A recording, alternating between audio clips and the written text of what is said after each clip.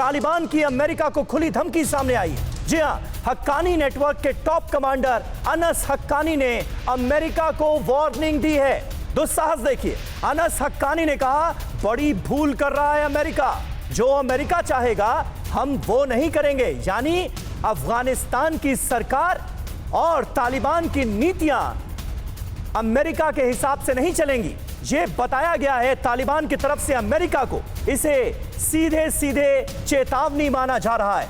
अफगानिस्तान सरकार के खाते फ्रीज होने से दरअसल तालिबान परेशान है और अमेरिका की दखलंदाजी को आगे बर्दाश्त नहीं किया जाएगा, ये तालिबान की तरफ से जताया जा रहा है। हक्कानी नेटवर्क के टॉप कमांडर ने एक तरीके से अमेरिका को वार्निंग दी है और अनस हक्कानी ने कहा है कि बड़ी भूल कर रहा है अमेरिका।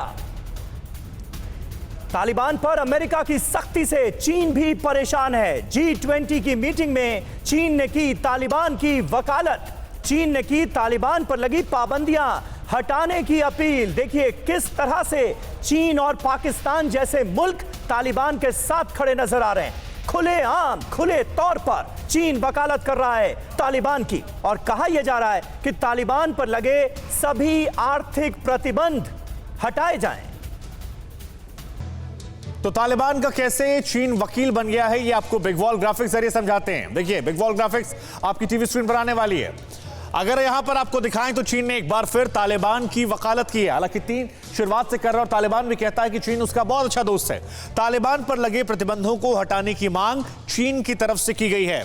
G20 में तालिबान पर चीनी विदेश मंत्री वांग यी का यह बड़ा बयान सामने आया है और यह तालिबान को लेकर उसके हित जो है उसे दर्शाता है, समझाता है।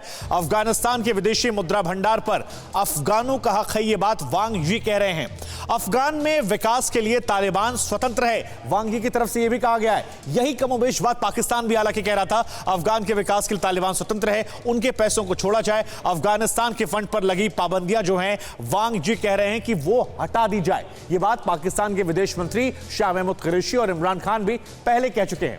तो ये तमाम वो बड़ी बातें हैं जो पाकिस्तान और चीन कमोबेश एक तरीके से कह रहे हैं। समीर बिल्कुल, और इस वक्त शुभांकर हमारे साथ तमाम खास मेहमानों का एक बड़ा पैनल जुड़ चुका है, उनसे तारुफ कराने का वक्त आ गया है। विष्णु प्रकाश साहब हमारे साथ जुड़े हुए हैं, थोड़ी देर में स्क्रीन पर आपको नजर आएंगे, फॉर्मर डिप्लोमेट हैं।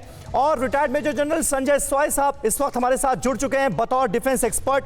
फखर यूसुफजई साहब जाने माने पत्रकार हैं, पाकिस्तान से हमें ज्वाइन कर रहे हैं। इसके अलावा जावेद गफ्फारी साहब भी सीनियर सहाफी पाकिस्तान से हमें ज्वाइन कर रहे हैं। रामेश्वर सिंह हमारे साथ मौजूद हैं जो कि member of union journalist Russia हैं और मॉस्को से वो इस वक्त हमारे साथ लाइव जुड़े हुए हैं। प्रोफेसर सुधीर कुमार सिंह भी हमारे साथ मौजूद हैं। लेकिन संजय सोय साहब, पहला सवाल आपसे, तालिबान को मिर्ची बहुत लगी क्योंकि कमला हैरिस और प्रधानमंत्री नरेंद्र मोदी जब मिले तो आतंकवाद मुख्य एजेंडा रहा। पाकिस्तान को सीधे तौर पर बता दिया गया कि देखो अपनी जमीन पर नागों को पालना बंद कर दो, दहशतगर्दों को पालना पोसना बंद कर दो। अफगानिस्तान में जो पाकिस्तान ने किया, निश्चित तौर पर वो मुद्दा भी आने वाली अहम बातचीत में भी उठेगा जब जो बाइडेन और नरेंद्र मोदी मिलेंगे। ये तिलमिलाहट उसी की है क्या? ये बेचैनी उसी वजह से है क्या?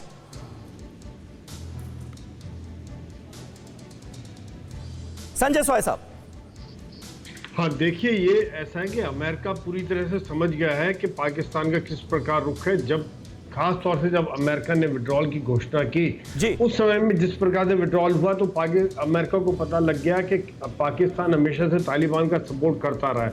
और आज भी कमला हैरिस का जो स्टेटमेंट है एक बहुत महत्वपूर्ण स्टेटमेंट है कि जहां उन्होंने पाकिस्तान को सिंगल आउट किया है कि वो मिलिटेंट का सपोर्ट कर रहे हैं।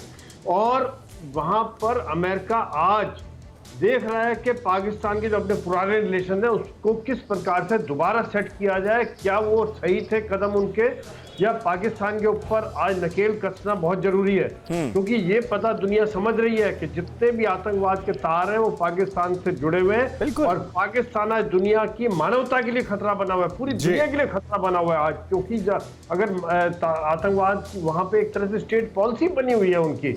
फिक्र आपकी, सोमवार से शुक्रवार रात 9 बजे सिर्फ TV9 भारतवर्ष पर।